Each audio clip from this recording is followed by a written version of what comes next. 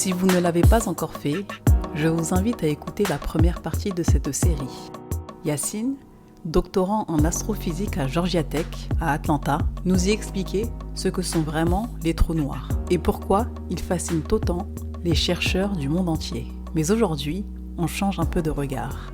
Dans ce deuxième épisode, on s'éloigne des étoiles pour revenir sur Terre, dans le parcours, les doutes et les rêves d'un jeune chercheur. Yacine nous ouvre une porte plus intime, celle de son histoire, de ses inspirations et des personnes qui ont marqué son chemin. C'est une conversation touchante, sincère et rare. Parce que derrière la rigueur scientifique, il y a toujours un être humain avec ses forces, ses failles et cette lumière intérieure qui pousse à avancer. Alors installez-vous et laissez-vous emporter par ce nouvel épisode de Voix d'inconnu. Tu travailles actuellement sur un problème que personne n'a jamais résolu. Qu'est-ce qui se passe dans ta tête ? Comment on cherche dans ces conditions et dans quelle direction va-t-on ? Je pense que c'est une question, si on la pose à ma mère, elle aura beaucoup de choses à dire aussi parce qu'elle m'entend très souvent râler à propos de ça. Qu'est-ce qui se passe dans ma tête ? C'est assez étonnant, c'est que, entre guillemets, on n'arrive jamais à se mettre en mode off. Je pense que tout chercheur un peu passionné aura le même sentiment que moi, c'est que la déconnexion ne s'opère jamais vraiment. Je sors du bureau, mais je continue à y penser. Bien que je n'y pense pas activement, je suis pas tout le temps en train d'écrire sur une feuille, je sais m'amuser aussi, sortir avec des amis, etc. Parfois il y a des choses très communes qu'on regarde et qui dans le cadre de ce qu'on essaie de trouver nous donnent une idée. Ça m'arrivait très souvent quand j'étais en prépa, je travaillais sur des problèmes qui eux avaient une solution mais que je n'avais pas. Et donc ça m'arrivait parfois à table, un soir, un dîner comme ça, je me dis ah tiens, voilà l'idée elle est là. Et donc c'est ça un peu ce qui se passe dans la tête, c'est que je remue un peu tout. Les journées se ressemblent pas déjà. C'est-à-dire qu'à chaque fois je tente des choses, je mets en place un modèle, je fais un calcul, je lance une simulation, ça me donne ce que je veux ou pas. Et si ça me donne pas ce que je veux, pourquoi ? Et donc on continue comme ça. Donc je remue sans cesse les idées, tiens si on faisait ça comme ça, si on faisait ça comme ça, ah tiens ça je vais essayer ça demain, ça je vais essayer ça dès que j'aurai un peu de temps.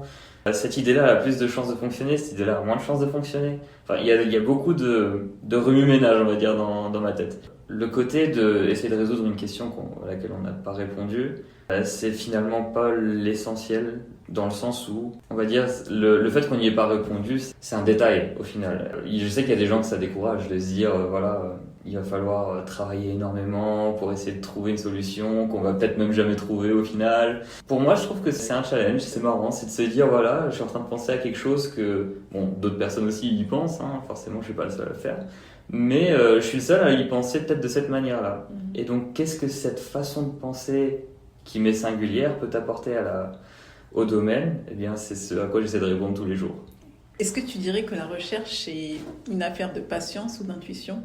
Patience et intuition, oui. Alors, il y a de la patience, définitivement de la patience, parce qu'il y a des jours où il y a un peu plus de succès d'autres. Il y a des jours où tu viens au bureau, tu tentes 1 milliard de choses, il n'y a rien qui marche, tu rentres chez toi, il y a quelque chose qui se passe, et du coup tu dis c'est pas ma journée, c'est bon, je veux aller dormir et je veux qu'on soit demain. Et il y a des jours où tu tentes plein de choses et ça marche très bien. Donc en fait, il y a beaucoup de patience, effectivement. De l'intuition, il y en a un peu, dans le sens où l'intuition, ça aide toujours à se placer sur le bon rail au bon moment, mais avoir trop d'intuition, c'est aussi une façon de se renfermer. C'est-à-dire que si je me dis, voilà, ce problème-là ressemble à quelque chose que j'ai déjà résolu auparavant, et donc mon intuition me dit que c'est forcément ça la solution, je vais forcer pour essayer d'avoir une solution de ce type, parce que je me dis, mon intuition me dit ça, et en fait, la solution, c'est pas du tout ça. Parfois, des tout petits détails font que ton intuition est totalement fausse. Enfin, il faut utiliser cette intuition pour donner une première approximation, voir si ça marche ou pas. Mais il faut pas se limiter à ton intuition. Faut explorer, il faut s'amuser, il faut partir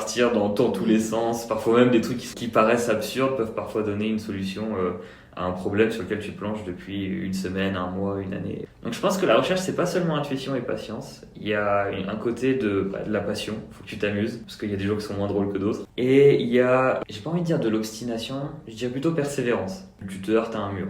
en permanence. Et donc tu tentes des choses, donc il faut tout le temps y retourner, tout le temps réessayer avec la même motivation pour tenter de trouver quelque chose. Après ça c'est l'idéal, hein. À tout chercheur, y compris moi, il arrive d'avoir des baisses de motivation, des hausses de motivation, il y a des hauts et des bas, mais la persévérance c'est la clé. Dans l'imaginaire collectif, beaucoup de gens pensent que la recherche scientifique est réservée à une élite. Qu'est-ce que tu penses de tout ça? Alors, ça dépend de ce qu'on appelle élite. C'est-à-dire que si c'est une élite académique, dans ce cas, je dis que c'est faux. C'est-à-dire que, comme je disais précédemment, la recherche, c'est essentiellement de la passion et de la persévérance.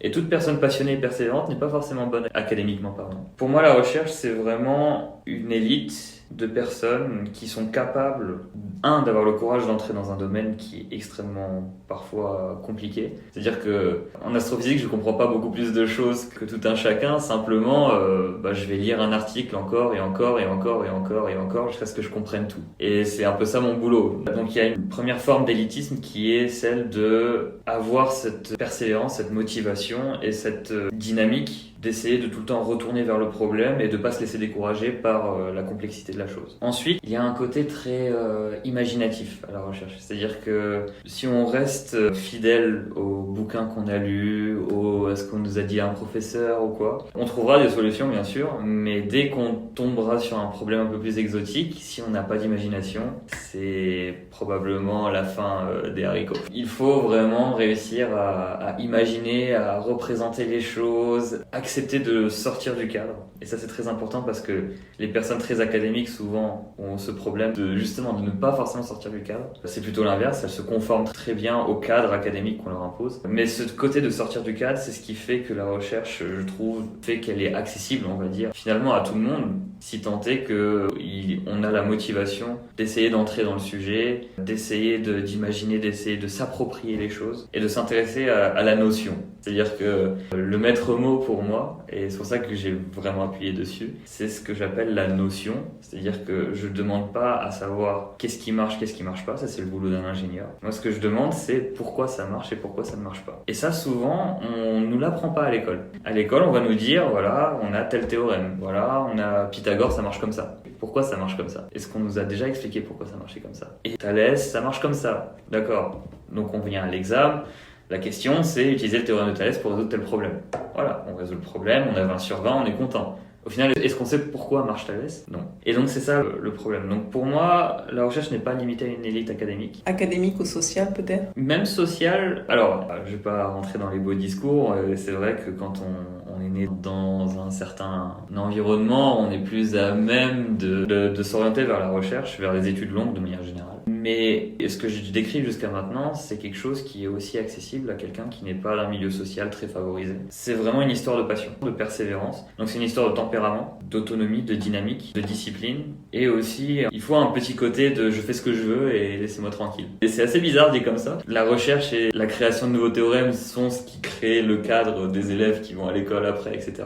Mais au final, les chercheurs, c'était souvent des gens qui étaient là, je fais ce que je veux et voilà. Et en fait, si on regarde même dans les années, je trouve ça très intéressant, dans les années 30, 40, les chercheurs se battaient à coups de lettres. Ils s'envoyaient des lettres incendiaires les uns les autres. Non, ce que tu fais, c'est pas du tout cohérent, ça a pas de sens, ça a ni queue ni tête. Un grand exemple dans la recherche en physique, c'est Einstein et Schrödinger. Einstein qui, très subtilement, quand il a entendu parler de la mécanique quantique, a dit Dieu ne joue pas au dé, parce que la mécanique quantique est probabiliste, donc on met des probabilités, et donc chaque chose a une probabilité d'arriver, mais on peut pas dire que ça va arriver ou non. Et pourtant, la mécanique quantique aujourd'hui est un domaine, certes qui ne se réconcilie donc pas avec la relativité, mais qui est utilisé dans l'industrie et dans la recherche. On a un peu divergé, mais pour moi, la recherche, elle est accessible à quiconque a la motivation, à l'envie et la persévérance. Donc c'est une élite aussi. En soi, on peut définir une élite comme ça aussi. Tout à fait. Mais je préfère la définir comme ça que définir l'élite comme étant les gens qui ont des bonnes notes à l'école. Et pour revenir sur ton parcours personnel, comment tu en es arrivé à étudier l'astrophysique? Justement, mon parcours fait que justement j'ai cette définition d'élite. C'est-à-dire que faire de l'astrophysique en France, c'est très compliqué. C'est un domaine où il n'y a pas beaucoup de place, où il faut rentrer dans les toutes meilleures écoles, polytechniques, l'école normale supérieure, ou bien faire faire des masters spécialisés dans le domaine et encore après pour trouver un boulot, faut cravacher. Eh bien, je faisais pas partie de cette élite académique. Donc moi, j'ai emprunté le raccourci qui n'en est pas un. Jusqu'au lycée, j'avais des plutôt bonnes notes, même des très bonnes notes. Une fois que je suis rentré en prépa, donc j'ai suivi le parcours jusqu'à très classique de se dire voilà, j'ai des bonnes notes à l'école, je vais en prépa, puisque j'ai envie de faire de la science, ça va être la voie royale, et puis voilà. J'arrive en prépa, première année, je crois que j'étais troisième avant le dernier, en physique. Ouais, ça refroidit bien comme il faut. En maths, notre professeur avait 3 zones, il avait la zone verte, la zone orange, la zone rouge. La zone verte, c'était les gens qui allaient en étoile, donc la meilleure partie de la prépa. En orange, c'était les gens normaux, mais qui s'en sortiraient, et la zone rouge, c'était ceux qu'il fallait dégager. Eh bien, j'ai fini l'année en zone rouge. Donc, ma première année de prépa, ça a été un haut, puis ensuite un très bas. Et donc j'arrive en deuxième année de prépa et là, pareil, avant-dernier en physique. En maths, je m'en sortais quand même un peu mieux, mais on va dire que j'étais pas la personne sur laquelle on allait tabler pour les meilleures écoles que je décrivais précédemment. Et donc, je passe les concours, ça se passe pas très bien, et je décide de faire une troisième année de prépa, donc ce qu'on appelle une 5,5. Et pendant cette troisième année de prépa, malheureusement, il y a eu le Covid, et donc ça a beaucoup changé le format des concours, et au final, j'ai pas non plus beaucoup progressé en termes de notes. J'ai beaucoup progressé en termes de compréhension, cependant. C'est-à-dire que faire une troisième année de prépa, ça m'a permis d'avoir une maturité, de vraiment m'intéresser aux notions auxquelles je n'avais pas eu le temps de m'intéresser pendant les 2 années de prépa auparavant. Donc de comprendre comment les choses fonctionnent, pourquoi ce théorème fonctionne, pourquoi ça marche. Ça m'a permis d'avoir un peu ce côté de me dire ah tiens, effectivement, si je veux réussir dans ce domaine-là, il faut que je comprenne le fond des choses. Et donc à l'approche des concours, forcément, quand on n'a pas forcément beaucoup d'espoir pour des grosses écoles, il faut qu'on joue un peu de stratégie. Ma stratégie à l'époque, c'était que je n'allais pas nécessairement réussir à aller en astrophysique. Genre, je m'étais un peu fait à l'idée que c'était un domaine un peu trop loin pour moi. Mais pour moi, l'ingénierie aérospatiale, c'était la voie du milieu. C'est-à-dire, j'allais forcément devenir ingénieur. Si je pouvais être ingénieur dans un domaine qui se rapproche de ce que font les astrophysiciens, alors soit je m'en contenterais. Et donc, j'ai fait le choix d'aller aux arts et métiers, qui est un choix qui est pas très classique quand on vient d'une filière maths physique comme moi. Il n'y avait que 30 places au niveau national. Et j'ai été le dernier national appelé. Vraiment, j'ai été appelé une semaine après la rentrée, je crois.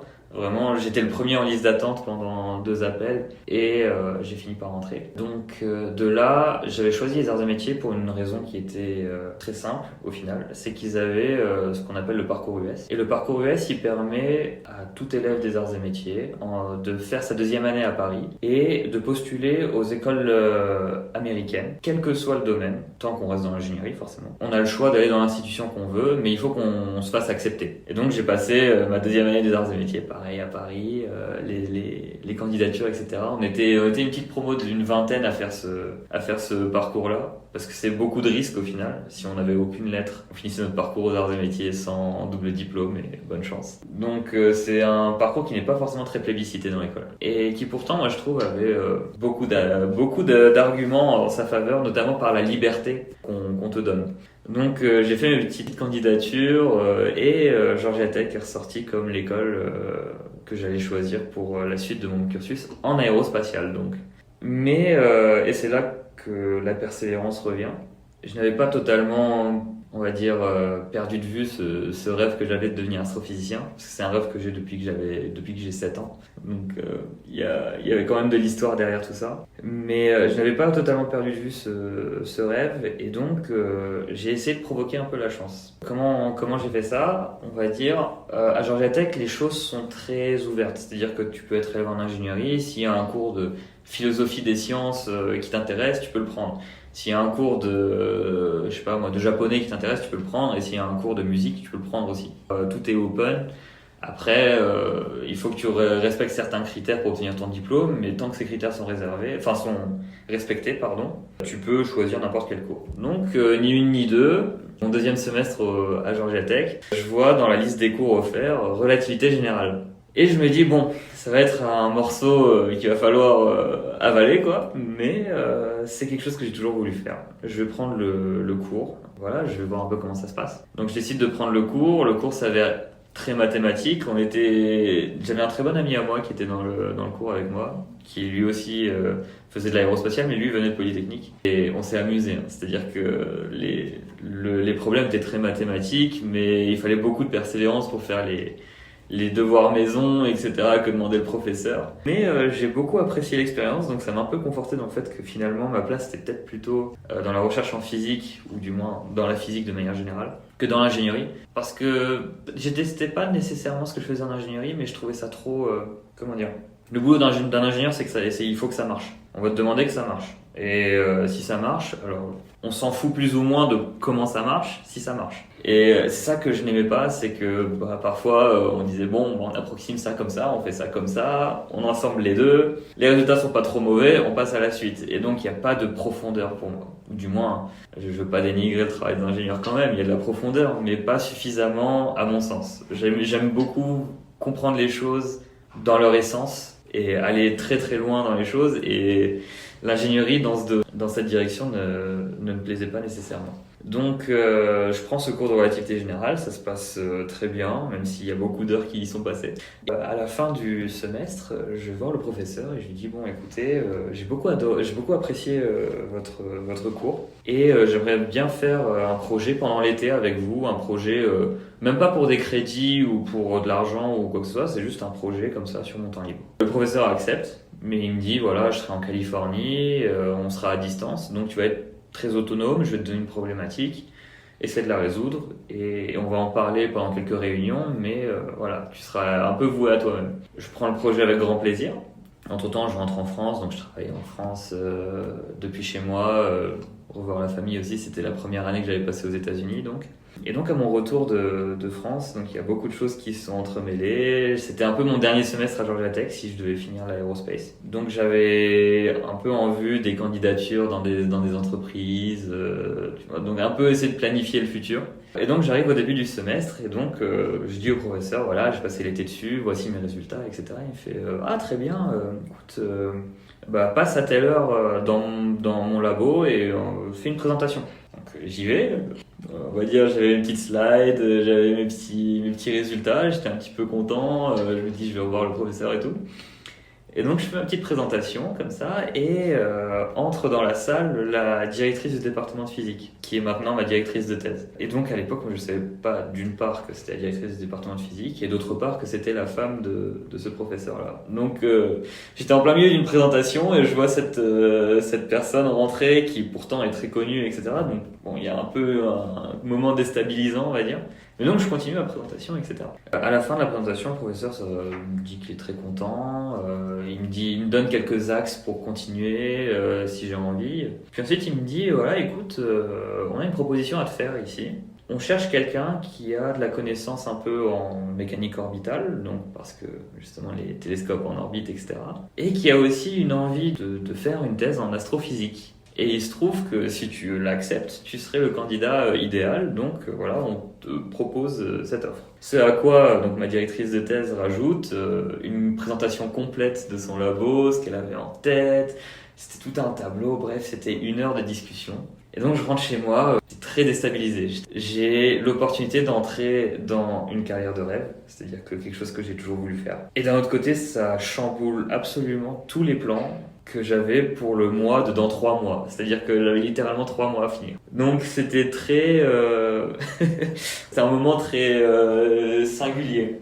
Et donc mon premier réflexe, c'est d'appeler mon père, donc, qui est chercheur en France, et donc de lui dire, voilà, écoute, j'ai eu une offre. Sachant que mon père, j'ai ce souvenir qu'il me l'a dit plusieurs fois, il m'a toujours dit ne fais jamais de thèse. Parce qu'à son sens, ça ne valait pas le coup, l'effort qu'il fallait mettre dedans par rapport à ce qu'on devenait plus tard. Il valait mieux rester ingénieur, aller dans le privé, gagner sa vie comme il faut, et voilà. Donc il m'a dit ne fais jamais de thèse. Et donc quand je lui ai dit que j'avais une thèse, une proposition de thèse, il m'a dit écoute, je t'ai dit de ne jamais faire de thèse en France. Mais donc aux États-Unis, notamment dans le domaine qui te plaît, c'est ton rêve, etc.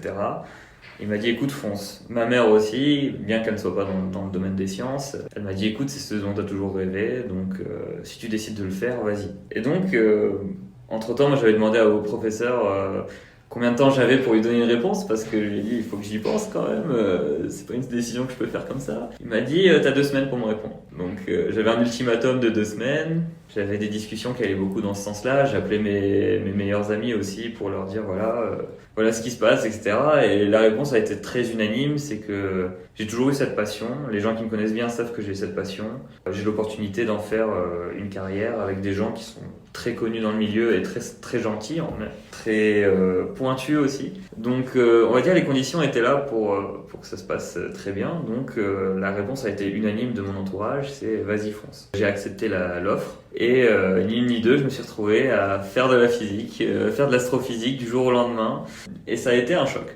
C'est-à-dire que voilà, tu arrives, il y a des gens qui ont passé déjà tout leur undergrad, donc ils ont fait un bachelor en astrophysique, un master en physique, et là ils sont en thèse en physique, et donc ils parlent de choses qui ont l'air évidentes pour eux, et toi t'arrives dans la réunion de labo, et il y a des choses comme ça que j'ai mis 1 an à comprendre, que les gens comprenaient de base, quoi. Donc ça a été du travail aussi de se réadapter, mais donc voilà mon parcours, très sinueux. Mais qui reflète bien un peu ce que je disais auparavant sur la recherche et sur le fait que tant qu'on a une direction vers laquelle on veut aller, et ça c'est ce que ma grand-mère me disait souvent, ma grand-mère maternelle me disait souvent, c'est que quelqu'un qui a un but, quelqu'un qui a une vision vers quelque chose qu'il veut accomplir, quelle que soit la chose que lui envoie la vie à la tête, on va dire, il finira toujours par arriver quelque part dans ce but, si ce n'est proche du but, on va dire. L'idée c'est de persévérer. Et quand bien même on n'a pas forcément le profil auquel on s'attendrait pour faire les choses, au final il y a toujours un moyen détourné pour arriver à ses fins, quoi. Tu m'as l'air bien entouré par ta famille et tes amis. Oui. Est-ce qu'il y a des gens en particulier qui t'ont soutenu ou inspiré dans ce parcours-là ? Beaucoup. Là, quand j'y pense, énormément. Déjà, il y a mes parents. Ma mère a toujours été très proche de moi, très à mes côtés. Mon père, ça a toujours été un modèle aussi, dans le sens où c'est quelqu'un de passionné, persévérant, qui a eu une vie beaucoup moins facile que la mienne. Donc, il y a toujours eu ce côté de me dire que bon, j'avais des conditions qui étaient bien meilleures que les siennes pour commencer. Donc, il fallait que j'arrive à quelque chose. C'était une pression que je me mettais moi-même. C'est même pas une pression qu'ils me mettaient eux, mais je veux dire, quand on connaît l'histoire et qu'on décide d'essayer de faire au moins aussi bien, il y a toujours un peu ce côté de pression. Donc mes parents, c'est un soutien, je pense, il n'y a pas eu d'équivalent. Après, il y a des amis d'enfance. J'ai un groupe d'amis d'enfance, ça se compte sur les doigts d'une main, mais avec qui j'ai grandi, on s'est rencontrés quand on avait 6 ans. Jusqu'à aujourd'hui, en fait, on est en contact. D'ailleurs, 2 d'entre eux vivent à Boston, donc ça m'arrive d'aller les voir. Mais donc, eux aussi ont été un grand soutien, notamment dans les moments où ça allait pas forcément très bien. Mais même dans les moments où ça se passait bien, au final, mes meilleurs souvenirs, c'était avec eux. Et puis finalement, j'ai envie de dire, toutes les personnes que j'ai rencontrées. C'est-à-dire que à chaque fois qu'on rencontre quelqu'un, on a une partie de nous qui intègre cette personne, qui, on va dire, va changer, pour le bien ou pour le moins bien, hein. C'est comme ça, c'est les relations sociales, mais ça nous apporte toujours quelque chose. C'est-à-dire que notre personnalité évolue, se construit autour de ça. Et en cela, je pense que toutes les personnes que j'ai rencontrées dans ma vie ont participé à qui je suis aujourd'hui, et donc en cela, je leur suis très, très reconnaissant. On les remercie de près ou de loin. Vous avez contribué à ton parcours.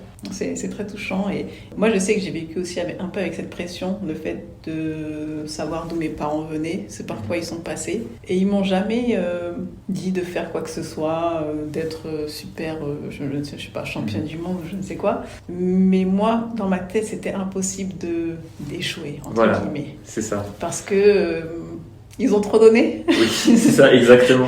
Ils ont trop donné, et je me voyais pas faire ma vie autrement. Je dis pas que je suis successwoman et que voilà, mais c'est ce truc-là où j'avais une pression de moi à moi en fait. Alors que eux, ils me disaient fais de ton mieux et puis on est fiers de toi et puis ça suffit. Mais moi, je dis non, je recommence et je lâche pas l'affaire. C'était ça l'idée aussi. Moi, mes parents m'ont toujours un peu poussé à maximiser mon potentiel. C'est-à-dire que il fallait pas que je fasse juste comme tout le monde. Ils savaient que je pouvais faire un certain montant de travail et accomplir un certain montant de choses. Alors je sais pas à quel point ils se doutaient que je deviendrais ce que je suis aujourd'hui et ce que je serai plus tard, on verra. Mais voilà, ils m'ont toujours poussé à être au top du top de ce que je peux faire. Et c'est quelque chose que j'ai gardé en fait un peu avec moi, c'est-à-dire que un de mes grands regrets, c'est la perte d'efficacité quand on part de prépa et qu'on arrive en école d'ingénieur en France. On entend très souvent parler de ça, les élèves de prépa sont assez déçus au final de passer d'un environnement hyper stimulant où on est à 2000% de nos capacités, on a un niveau de fatigue aussi considérable, mais quand même qu'on est poussé à fond. On arrive en école d'ingénieur et c'est prends ton 10 et t'auras ton diplôme, quoi. C'est un côté que j'ai été très frustré de perdre, ce côté de me donner à 100%, d'être à fond, etc. Et que j'ai essayé du coup de réintégrer quand je suis arrivé à Georgia Tech en mettant moi-même la pression. Alors, pour expliquer un peu les choses, Georgia Tech, c'est très libre en termes de charge de travail. Tu prends le nombre de cours que tu veux, autant que tu veux. Et si tu remplis un certain nombre d'heures, tu obtiens ton diplôme. Et donc ce nombre d'heures, tu peux le faire en un semestre ou en 3 ans, c'est à toi de voir. Moi à l'époque, j'avais un boulot dans un labo de recherche en aérospatiale qui prenait déjà normalement 20 heures semaine sur le papier, mais beaucoup plus. Et je me suis dit, tiens, si j'ai envie de récupérer cette efficacité, d'être de nouveau à 100% dans mes compétences, j'ai besoin de me mettre la pression, comme j'ai eu la pression quand j'étais petit et comme j'avais la pression en prépa. Et donc comment faire ça ? Eh bien je me suis surchargé de travail au final. J'avais pris 6 cours. Alors pour donner un ordre d'idée, un élève avec une charge, on va dire, conséquente de travail, c'est un travail dans un labo de recherche plus 2 à 3 cours. J'avais fait un travail de labo de recherche plus 6 cours.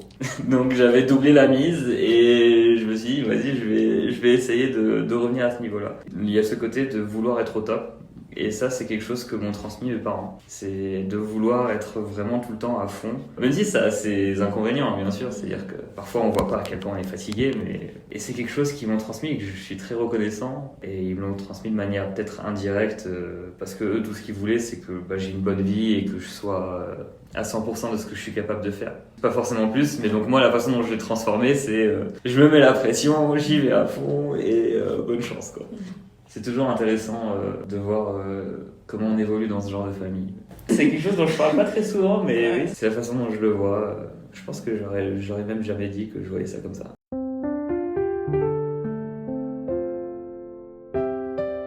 Ce que je retiens de cette conversation, c'est une phrase que la grand-mère de Yacine lui répétait souvent. Quelqu'un qui a un but finit toujours par arriver quelque part. C'est si simple et pourtant si vrai. Savoir où l'on veut aller, même quand le chemin paraît incertain. Être persévérant, discipliné et croire en ses rêves, parce qu'on ne sait jamais ce que l'avenir nous réserve. Merci à Yacine pour sa confiance et pour ce moment de vérité que j'ai trouvé très inspirant. Et à vous qui écoutez, restez attentifs. Le 3e et dernier épisode arrive très bientôt et il nous emmènera encore un peu plus loin dans les mystères de l'univers. Parce que derrière chaque voix, il y a une personne. Et derrière chaque personne, il y a une histoire qui mérite d'être entendue.